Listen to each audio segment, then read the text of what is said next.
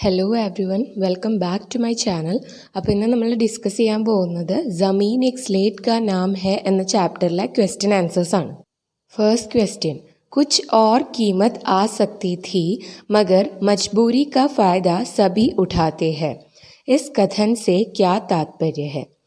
അതായത് കുറച്ചുകൂടെ എമൗണ്ട് കിട്ടുമായിരുന്നു, എന്നാൽ ഒരാളുടെ നിസ്സഹായ അവസ്ഥ മറ്റുള്ളവർ മുതലെടുക്കും. ഇതുകൊണ്ട് എന്താണ് ഉദ്ദേശിക്കുന്നത്? आज का ज़माना व्यापारिक मनोभाव से भरा है. किसी भी व्यापार में ज़्यादा से ज़्यादा लाभ उठाना ही एकमात्र लक्ष्य है. വ്യാപാരിക് മനോഭാവം എന്ന് വെച്ചാൽ ബിസിനസ് മൈൻഡഡ്. അപ്പോൾ ഇന്നത്തെ തലമുറ വളരെയധികം ബിസിനസ് മൈൻഡഡ് ആണ്. എന്ത് കാര്യത്തിലും ഏറ്റവും അധികം ലാഭമുണ്ടാക്കണമെന്ന ഒരേ ഒരു ലക്ഷ്യം മാത്രമാണ് അവർക്കുള്ളത്. ഇസ്കെ ബീച്ച് മാനവിക് മൂല്യ ദയാ കരുണ ആദി കാ കോയി സ്ഥാൻ നഹീ ഹെ. ഇതിനിടയിൽ മാനവിക മൂല്യങ്ങൾ, ദയ, കരുണ തുടങ്ങിയവയ്ക്ക് ഒരു സ്ഥാനവുമില്ല. ലേഖക് की दीदी की शादी होने वाली है, उनको पैसों की सख्त ज़रूरत है. ലേഖകൻ്റെ ചേച്ചിയുടെ വിവാഹമാണ്, അപ്പം അവർക്ക് പൈസയ്ക്കും അത്രയും അത്യാവശ്യമുണ്ട്. ഖരീദാർ को मालूम था कि ज़मीन बेचना ही एकमात्र उपाय है. ഈ സ്ഥലം വാങ്ങുന്ന ആൾക്ക് അറിയാമായിരുന്നു ഇവർക്ക് സ്ഥലം വിൽക്കുക എന്നത് മാത്രമാണ് ഒരു വഴി എന്നത്. इसलिए उसने बेचने वाले की मजबूरी का फ़ायदा उठाकर कम दाम में ज़मीन खरीद लिया. അതുകൊണ്ട് തന്നെ വിൽക്കുന്ന ആളുടെ വിവശത മനസ്സിലാക്കിക്കൊണ്ട് വാങ്ങുന്ന ആൾ ഈ അവസരം മുതലാക്കി.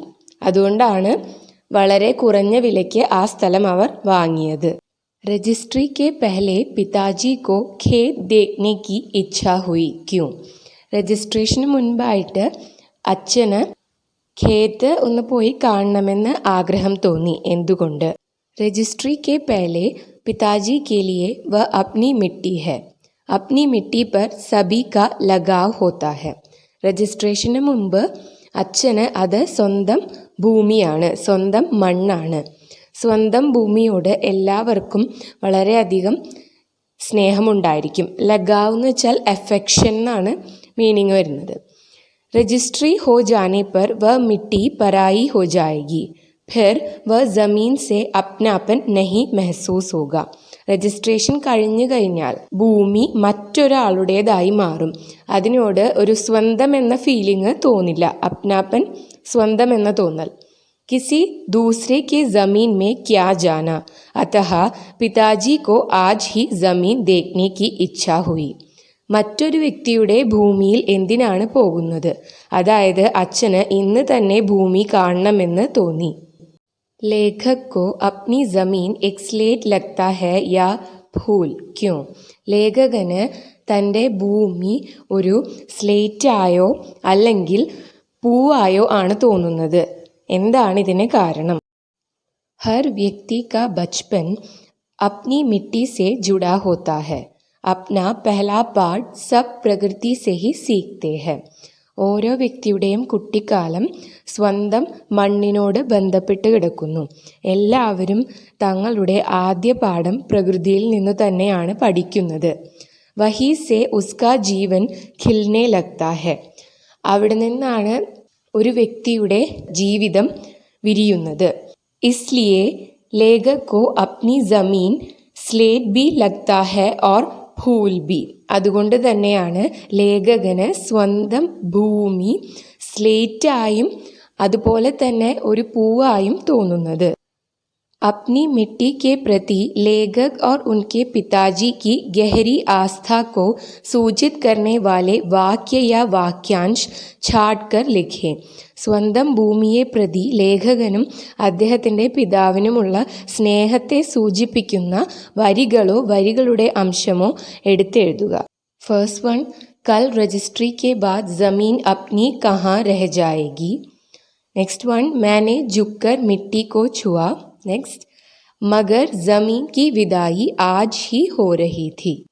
कवितांश पढ़े. ज़मीन की तुलना हृदय से क्यों की गई है? പാഠ്ഭാഗ് की कविता के लिए शीर्षक लिखें. കവിതാഭാഗം വായിക്കുക, എന്നിട്ട് അതിൽ ഭൂമിയെ എന്തിനാണ് ഹൃദയത്തോട് താരതമ്യം ചെയ്തിരിക്കുന്നത് എന്ന് എഴുതുക. പിന്നെ ഈ കവിതയ്ക്ക് ഒരു ശീർഷകവും കൊടുക്കുക. വ ജമീൻ പിതാജി കെ ദിൽ കെ ബഹുത് കരീബ് ഹെ. ആ ഭൂമി പിതാജിയുടെ മനസ്സുമായിട്ട് വളരെയധികം ബന്ധപ്പെട്ട് കിടക്കുന്ന ഒന്നാണ്. ഉസ് ജമീൻ സെ ഉൻകാ പുരാന റിഷ്ത ഹെ. ആ ഭൂമിയുമായിട്ട് അദ്ദേഹത്തിന് പണ്ട് മുതൽക്കേ ഉള്ള ഒരു ബന്ധമാണ്. ഉൻകാ പൂര ബച്പൻ വഹാ ഗുസ്രാ ഹെ. അദ്ദേഹത്തിൻ്റെ കുട്ടിക്കാലം മുഴുവൻ അവിടെയാണ് സ്പെൻഡ് ചെയ്തിട്ടുള്ളത്. ഇസ്ലിയെ ഉസ് ജമീൻ കി തുലന ഹൃദയ സെ കി ഗയി ഹെ ताकि उनके दिल और उस ज़मीन के बीच के धूल और रक्त का रिश्ता स्पष्ट रूप से व्यक्त कर सके. അതുകൊണ്ടാണ് ഈ ഭൂമിയെ ഹൃദയവുമായി കമ്പയർ ചെയ്തിട്ടുള്ളത്. എന്തിനാന്ന് വെച്ചാൽ ആ ഭൂമിയുമായിട്ട് അദ്ദേഹത്തിനുള്ള പൊടിയുടെയും രക്തത്തിൻ്റെയും ബന്ധം വ്യക്തമാക്കാനാണ്. ഇപ്പോൾ ഇവിടെ പൊടിയുടെയും രക്തത്തിൻ്റെയും ബന്ധം എന്ന് പറയുന്നത് അദ്ദേഹം അവിടെയാണ് കളിച്ച് വളർന്നത്. അപ്പോൾ അടുത്തതായിട്ട് ഈ കവിതാംശന് ഒരു ഹെഡിങ് കൊടുക്കാൻ പറഞ്ഞിട്ടുണ്ടായിരുന്നു. നിങ്ങൾക്ക് ഇഷ്ടമുള്ളത് കൊടുക്കാം. ഇവിടെ ഒരു എക്സാമ്പിളായിട്ട് ജമീൻ ഓർ ജീവൻ എന്ന് കൊടുത്തിട്ടുണ്ട്. नेक्स्ट क्वेश्चन, शादी की तैयारियां देखकर दीदी का मन संघर्ष से भरा. वह अपना संघर्ष डायरी में लिख रही है. वह डायरी लिखें. അതായത് മാരേജിൻ്റെ അറേഞ്ച്മെൻറ്റ്സ് കണ്ടിട്ട് ചേച്ചിയുടെ മനസ്സ് സംഘർഷഭരിതമായി. അത് ചേച്ചി ഡയറിയിൽ എഴുതുന്നു. അപ്പോൾ ആ ഡയറിയാണ് നമ്മളോട് എഴുതാൻ പറഞ്ഞിട്ടുള്ളത്. അപ്പോൾ ഡേറ്റും ദിവസവും കൊടുത്തു. ഇനി ആജ് മേരാ മൻ സംഘർഷ് സെ ഭരാ ഹെ. 4 दिन में मेरी शादी है.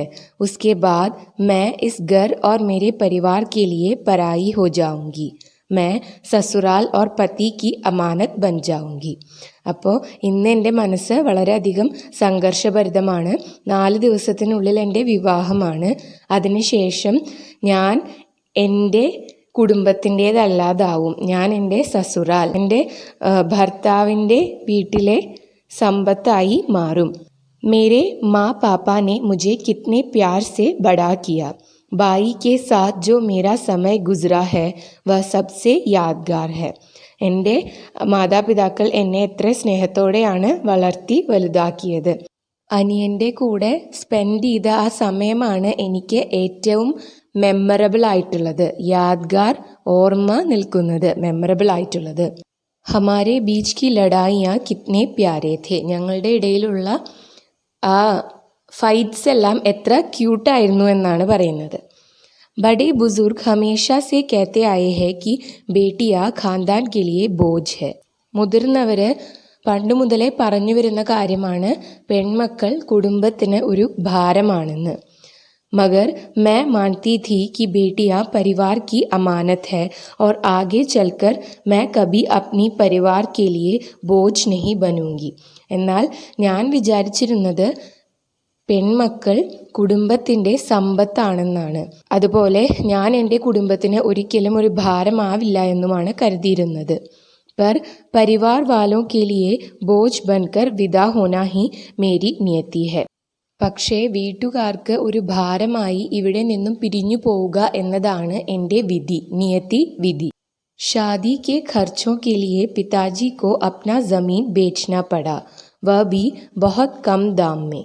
मैं इस बात के लिए सबसे अधिक दुखी हूँ.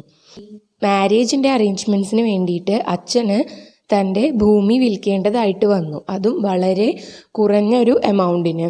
ഈ കാര്യത്തിൽ ഏറ്റവും അധികം വിഷമിക്കുന്നത് ഞാനാണ്. ആജ് മേരെ മൻ കി സംഘർഷ് കി സബ്സെ ബഡി വജഹ സസുരാൽ കി ചിന്ത ഹെ. ഷാദി കെ ബാദ് മുझे വഹി രഹന ഹെ. അപ്പോൾ ഇന്ന് എൻ്റെ മനസ്സിലെ സംഘർഷത്തിൻ്റെ ഏറ്റവും വലിയ കാരണം സസുരാലിനെ കുറിച്ചിട്ടുള്ള ചിന്തകളാണ്. വിവാഹത്തിന് ശേഷം ഇനി ഞാൻ അവിടെയാണ് ജീവിക്കേണ്ടത്. वह घर मेरे लिए नया है. क्या वहाँ का माहौल मेरे घर से बहुत अलग होगा. ആ വീട് എനിക്ക് പുതിയതാണ്. അവിടുത്തെ മാഹോൾ എന്ന് പറഞ്ഞാൽ അറ്റ്മോസ്ഫിയർ എൻ്റെ വീട് പോലെ തന്നെയായിരിക്കുമോ. വഹാ മുझे बहुत जिम्मेदारियाँ उठानी होगी. അവിടെ എനിക്ക് ഒരുപാട് റെസ്പോൺസിബിലിറ്റീസ് എടുക്കേണ്ടതായിട്ട് വരും. क्या उनके माँ बाप मुझे अपना पाएंगे. അദ്ദേഹത്തിൻ്റെ അമ്മയും അച്ഛനും എന്നെ സ്വന്തം പോലെ കാണുമോ. ക്യാ മൈ ഉന്നെ അപ്നാ പാവുങ്കി. എനിക്ക് അവരെ സ്വന്തമായി കാണാൻ കഴിയുമോ? मैं अपने सभी कार्य पूरी श्रद्धा से निभाऊंगी. ഞാൻ എൻ്റെ എല്ലാ ഡ്യൂട്ടീസും ഫുൾ ഡെഡിക്കേഷനോടെ തന്നെ ചെയ്യും. अपने माता-पिता का सर झुकने नहीं दूंगी. ഒരിക്കലും എൻ്റെ മാതാപിതാക്കൾ ലജ്ജിതരാകാൻ ഞാൻ അനുവദിക്കില്ല. हे भगवान, अपने परिवार से बिछुड़ने का गम सहने की हिम्मत मुझे दे देना. എൻ്റെ കുടുംബത്തിൽ നിന്നും പിരിയുമ്പോഴുണ്ടാകുന്ന വിഷമം സഹിക്കാനുള്ള ശക്തി എനിക്ക് തരണമേ ഈശ്വര. ആജ് കെ ലിയെ ബസ് ഇത്നാ ഹി, ഏക് ഓർ നിദ്രാഹീൻ രാത് കി ഓർ. ഇന്നത്തേക്ക് ഇത്രയേ ഉള്ളൂ, വീണ്ടും ഒരു ഉറക്കമില്ലാത്ത രാത്രിയിലേക്ക്. Next question. ഇവിടെ 2 പോയിന്റ്സ് തന്നിട്ടുണ്ട്. അതിനെ ബേസ് ചെയ്തിട്ട് അച്ഛനും മക്കളും തമ്മിലുള്ള അമൂല്യമായ ബന്ധത്തെക്കുറിച്ച് ഒരു കുറിപ്പ് എഴുതാനാണ് പറഞ്ഞിട്ടുള്ളത്. ഫസ്റ്റ് തന്നെ ഒരു ഹെഡിങ് കൊടുത്തിട്ടുണ്ട്, അനോഖ റിഷ്ത പിത ഓർ ബച്ചോ കാ. അച്ഛനും മക്കളും തമ്മിലുള്ള യുണീക്കായിട്ടുള്ള ബന്ധം. പിതാ ഓർ ബച്ചോ കാ റിഷ്ത അനോഖ തഥാ അൻമോൽ ഹോത്താ ഹെ. അച്ഛനും മക്കളും തമ്മിലുള്ള ബന്ധം യുണീക്കും അതുപോലെ തന്നെ അമൂല്യവുമാണ്. सब पिता अपने बच्चों से प्यार करते हैं और बच्चे भी अपने पिता को बहुत पसंद करते हैं. അച്ഛൻ മക്കളെയും മക്കൾ അച്ഛനെയും പരസ്പരം സ്നേഹിക്കുന്നു.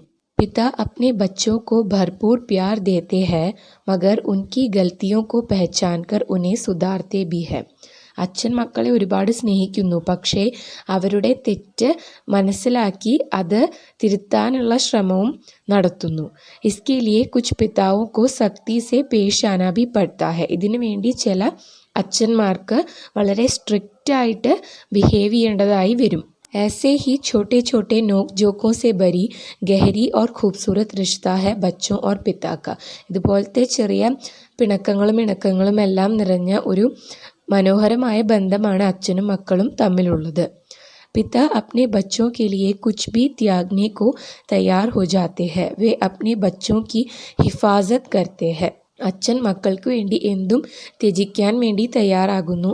അച്ഛൻ മക്കളെ എപ്പോഴും പ്രൊട്ടക്റ്റ് ചെയ്യുന്നു. ഹിഫാസത്തിന് പകരം രക്ഷ എന്നും ഉപയോഗിക്കാം. बेटियां पिता के दिल का टुकड़ा होती है. उम्र होने पर उनकी शादी करवा दी जाती है. പെൺമക്കൾ എപ്പോഴും അച്ഛൻ്റെ ഹൃദയത്തോട് വളരെ ക്ലോസ് ആയിരിക്കും. എന്നാൽ പ്രായമാകുമ്പോൾ അവരെ വിവാഹം കഴിപ്പിച്ചു വിടും. तब उन्हें अपने जान से जुदा होने के दर्द को सहना पड़ता है. അതായത് അപ്പോൾ അച്ഛന് സ്വന്തം ജീവൻ വെടിയുന്ന വേദന സഹിക്കേണ്ടതായിട്ട് വരും. ऐसे ही हालत पिता की होती है जब अरसों के परिश्रम से पाई पाई जोड़कर खरीदा गया घर या ज़मीन उनसे जुदा होता है. उनकी ज़िंदगी के कई वर्ष वही गुजरती है और वही की यादें उनके दिल को चोट पहुंचाती रहती है. അപ്പോൾ ഇതുപോലൊരവസ്ഥ തന്നെയാണ് അവർ സ്വന്തമായി അധ്വാനിച്ചുണ്ടാക്കിയ ഒരു ഭൂമിയോ അല്ലെങ്കിൽ വീടോ നഷ്ടപ്പെടുമ്പോൾ അവർക്കുണ്ടാവുന്നത്. അതെപ്പോഴും അവരുടെ മനസ്സിനെ മുറിവേൽപ്പിച്ചുകൊണ്ടേയിരിക്കും. ഇസ് ആത്മകഥാ മേ ഭി യഹി ഹോത്താ ഹെ. बेटी की शादी के खर्चों के लिए पापा को मजबूरन ज़मीन बेचना पड़ता है और यह बात कभी पीछा न छोड़ने वाला दर्द बनकर उनके दिल में बस गया है. അപ്പോൾ ഈ ആത്മകഥയിലും ഇത് തന്നെയാണ് സംഭവിക്കുന്നത്. മകളുടെ വിവാഹത്തിൻ്റെ ചിലവുകൾക്കായിട്ട് നിസ്സഹായമായ അവസ്ഥയിൽ അച്ഛന് ആ ഭൂമി വിൽക്കേണ്ടതായിട്ട് വരികയാണ്. എന്നിട്ട് ഒരിക്കലും വിട്ടുപോവാത്തൊരു വേദനയായിട്ട് അത് അദ്ദേഹത്തിൻ്റെ മനസ്സിൽ നിലനിൽക്കുകയാണ് ചെയ്യുന്നത്. യഹ് एक नमूना है कि पिता अपने बच्चों के लिए सब त्याग सकते हैं. അച്ഛന് മക്കൾക്ക് വേണ്ടി എല്ലാം ത്യജിക്കാൻ സാധിക്കും എന്നതിന് ഒരു ഉദാഹരണമാണ് ഇത്. आज के ज़माने में शादी के नाम पर आडंबर और दुर्व्यय बढ़ते जा रहे हैं. यह केवल पारिवारिक नहीं बल्कि एक सामाजिक समस्या बन गई है.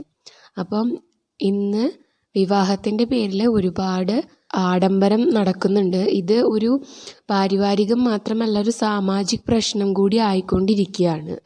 ഇതിനെക്കുറിച്ച് ഡിസ്കസ് ചെയ്തതിന് ശേഷം ഒരു ആർട്ടിക്കിൾ എഴുതാനാണ് പറയുന്നത്.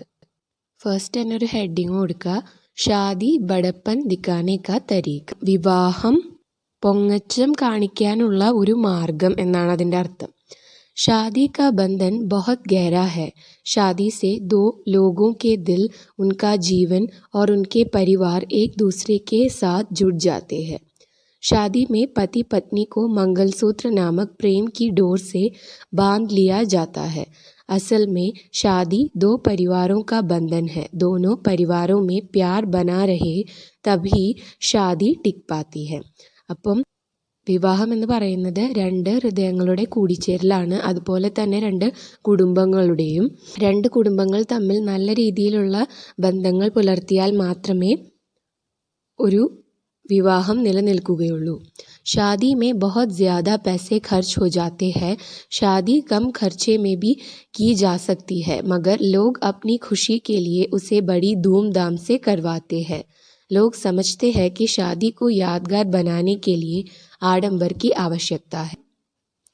വിവാഹത്തിന് ഒരുപാടധികം ചെലവുകളുണ്ട്. പക്ഷേ കുറഞ്ഞ ചിലവിലും വിവാഹം നടത്താം. എങ്കിലും ആൾക്കാർ അത് എപ്പോഴും ഓർമ്മയിൽ നിൽക്കാൻ വേണ്ടിയിട്ട് വളരെ ആഡംബരപൂർവ്വം വിവാഹങ്ങൾ നടത്തുന്നു. അവർ കരുതുന്നത് ഈ ഒരു ഒക്കേഷൻ മെമ്മറബിൾ ആവണമെങ്കിൽ വളരെയധികം ആഡംബരം കാണിക്കണമെന്നാണ്. शादी तो एक आम आदमी भी करता है. एक साधारण सी शादी में भी लाखों खर्च हो जाते हैं, मगर समाज में बड़प्पन दिखाने के लिए अमीर लोग क्या कुछ नहीं करते. उनके लिए अपनी अमीरी दिखाने का सबसे सरल मार्ग है शादियाँ. अमीर लोग खुद को शादी के दिन सोने, हीरे और मोतियों में खुद को पेश करते हैं और उनके शादियों का भोजन ऐसा कि सबके मन को भा जाता है. पर क्या फ़ायदा, आधे से ज़्यादा खाना तो बेकार ही जाता है. ऐसी शादियाँ उनके लिए और देखने वालों के लिए भी यादगार बन जाती है. വിവാഹം ഒരു സാധാരണക്കാരനും കഴിക്കുന്നുണ്ട്. അതിൽ പോലും ലക്ഷങ്ങൾ ചിലവാകുന്നു. എന്നാൽ ധനവാന്മാർ എന്തെല്ലാം ആഡംബരങ്ങളോട് കൂടിയാണ് ഒരു വിവാഹം നടത്തുന്നത്. അവരെ സംബന്ധിച്ച് വിവാഹം എന്ന് പറയുന്നത് അവരുടെ ആഡംബരം കാണിക്കാനുള്ള ഒരു ഓപ്പർച്യൂണിറ്റിയാണ്. അവർ സ്വയം ഗോൾഡ്, അതുപോലെ ഡയമണ്ട്, മറ്റ് പേൾസ് എല്ലാം അണിഞ്ഞിട്ടാണ് അത്തരം വിവാഹങ്ങളിൽ പങ്കെടുക്കുന്നത്. ഇത്തരം വിവാഹങ്ങളിലെ ഏറ്റവും അട്രാക്റ്റീവായിട്ടുള്ള കാര്യം അവിടുത്തെ ഭക്ഷണമാണ്. പക്ഷേ എന്താണ് ഇതുകൊണ്ടൊരു ഉപയോഗം? അതിൽ മെജോറിറ്റി പോർഷനും വേസ്റ്റ് ആവുകയാണ് ചെയ്യുക. പക്ഷേ ഇതൊക്കെ ഉണ്ടെങ്കിൽ പോലും ഇത്തരം വിവാഹങ്ങൾ നടത്തുന്നവരുടെയും അതിൽ പങ്കെടുക്കുന്നവരുടെയും മനസ്സിൽ എന്നെന്നും നിലനിൽക്കും. दुख की बात है कि आज भी हमारे समाज में दहेज प्रथा प्रचलित है. इसका अंत करने का समय बहुत पहले ही गुजर चुका है. इस प्रथा के कारण शादी में सबसे अधिक कष्ट लड़की वालों को भोगना पड़ता है. दूल्हे का परिवार उनसे बहुत भारी दहेज लेता है. आज भी लोग रिश्तों को सोने और दहेज में तोलते हैं. അപ്പോൾ ദഹേജ് എന്ന് പറഞ്ഞാൽ സ്ത്രീധനം, ഗുസർന കടന്നു പോവുക. അതായത് ഇന്നും നമ്മുടെ സമൂഹത്തിൽ ഈ സ്ത്രീധനം കൊടുക്കുക അല്ലെങ്കിൽ വാങ്ങുക എന്ന ആ ആചാരം നിലനിൽക്കുന്നുണ്ട് എന്നത് വളരെ ദുഃഖകരമായ ഒരു കാര്യമാണ്. സമൂഹത്തിൽ നിന്നും ഇത്തരമൊരു ആചാരം പിഴുതെറിയേണ്ട സമയം അതിക്രമിച്ചു കഴിഞ്ഞിരിക്കുന്നു. ഈ ദഹേജ് പ്രഥയിൽ ഏറ്റവും കൂടുതൽ ബുദ്ധിമുട്ടുന്നത് പെൺകുട്ടികളുടെ വീട്ടുകാരാണ്. എന്തെന്ന് വെച്ചാൽ ഗ്രൂമിൻ്റെ ഫാമിലി ബ്രൈഡിൻ്റെ ഫാമിലിയിൽ നിന്നും ഒരു വലിയ എമൗണ്ട് തന്നെയാണ് സ്ത്രീധനമായിട്ട് വാങ്ങുന്നത്. ഇന്നും പലരും ബന്ധങ്ങളെ സ്വർണത്തിലൂടെയും അതുപോലെ തന്നെ സ്ത്രീധനത്തിലൂടെയും ഒക്കെയാണ് അളക്കുന്നത് എന്ന കാര്യം വളരെ കഷ്ടമാണ്. गरीब भी आडंबर पूर्वक शादी करते हैं. उसका एकमात्र कारण अमीरों की नकल करने की आदत है. वे अपनी ज़िंदगी भर की कमाई शादी में उड़ा देते हैं. पाई पाई जोड़कर ऐसे लोग शादी के लिए पैसे बचाते हैं, परंतु आडंबर दिखाते दिखाते कितने खर्च हो जाते हैं उन्हें पता भी नहीं चलता.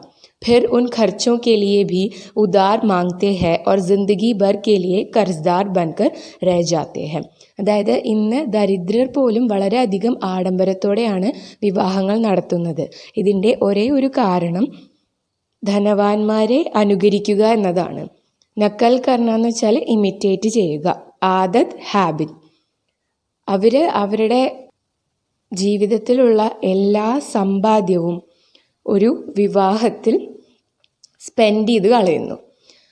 അവരത്രയും സേവ് ചെയ്ത് വെച്ച ആ എമൗണ്ടാണ് അവർ ഒരു വിവാഹത്തിൽ ചിലവാക്കുന്നത്. എന്നിട്ട് ഈ ആഡംബരം കാണിക്കുന്നതിലൂടെ അവരറിയുക പോലുമില്ല എപ്പോഴാണ് തങ്ങളുടെ സമ്പാദ്യം മൊത്തം തീർന്നു പോകുന്നത് എന്ന്. അവസാനം പൈസ തികയാതെ വരുമ്പോൾ അവർക്ക് കടം വാങ്ങേണ്ടതായിട്ട് വരും. എന്നിട്ട് അവർ ജീവിതം മുഴുവൻ കടക്കാരായി മാറുകയാണ് ചെയ്യുന്നത്. കർസ്ദാർ എന്ന് പറഞ്ഞാൽ കടക്കാർ. ഇത്രയും ആഡംബരം കാണിച്ചതിൻ്റെ റിസൾട്ടായിട്ട് കടം വീട്ടുക എന്നൊരു ബാധ്യതയുമായിട്ട് അവർ ജീവിതകാലം മുഴുവൻ ജീവിക്കേണ്ടതായി വരും. ആഖിർ ഇത്നാ ബടപ്പൻ ക്യോं दिखाना है? हम शादी करते हैं जीवन साथी पाने के लिए. फिर क्या ज़रूरत है इतने फिजूल खर्चों की? അതായത് ഇത്രയും ആഡംബരം കാണിക്കുന്നതിൻ്റെ ആവശ്യം എന്താണ്? ഒരാൾ വിവാഹം കഴിക്കുന്നത് അവർക്ക് ഒരു ജീവൻ സാഥിയെ കിട്ടാൻ വേണ്ടിയിട്ടാണ്. ജീവിത പങ്കാളി, ജീവൻ സാഥി എന്ന് വെച്ചാൽ. അപ്പോൾ പിന്നെ എന്തിനാണ് ഇത്തരം ഫിസൂൽ ഖർച്ചെ വേണ്ടത്? ഫിസൂൽ എന്ന് വെച്ചാൽ അനാവശ്യമായ, ഖർച്ചെ ചിലവ്. അഗർ ഇത്നെ पैसे ज़रूरतमंदों को दिया जाए तो उनका कितना भला होगा. ज़रूरतमंद ആവശ്യക്കാർ. അപ്പോൾ ഇത്രയും ഈ പണം ആവശ്യമുള്ളവർക്ക് കൊടുക്കുകയാണെങ്കിൽ അവർക്കത് എത്ര ഉപകാരപ്പെടും. हम युवा पीढ़ी ही दहेज प्रथा नामक इस सामाजिक समस्या को जड़ से उखाड़कर फेंक सकते हैं. आओ इसकी ओर एक कदम बढ़ाते हैं. അതായത് നമ്മുടെ ഈ പുതിയ തലമുറയ്ക്ക് മാത്രമേ ദഹേജ് പ്രഥ എന്ന ഈ സാമൂഹിക അനാചാരത്തെ വേരോടെ പിഴുതെറിയാനായിട്ട് സാധിക്കുകയുള്ളൂ. ജഡ് സെ ഉഖാഡ്ന ടു ഇറാഡിക്കേറ്റ്, വേരോടെ പിഴുതെറിയുക. ഇതിനു വേണ്ടി നമുക്കെല്ലാവർക്കും ഒരു സ്റ്റെപ്പ് മുന്നോട്ട് വയ്ക്കാം. കദം ബഡാന എന്ന് വെച്ചാൽ ടേക്ക് എ സ്റ്റെപ്പ് ഫോർവേഡ്.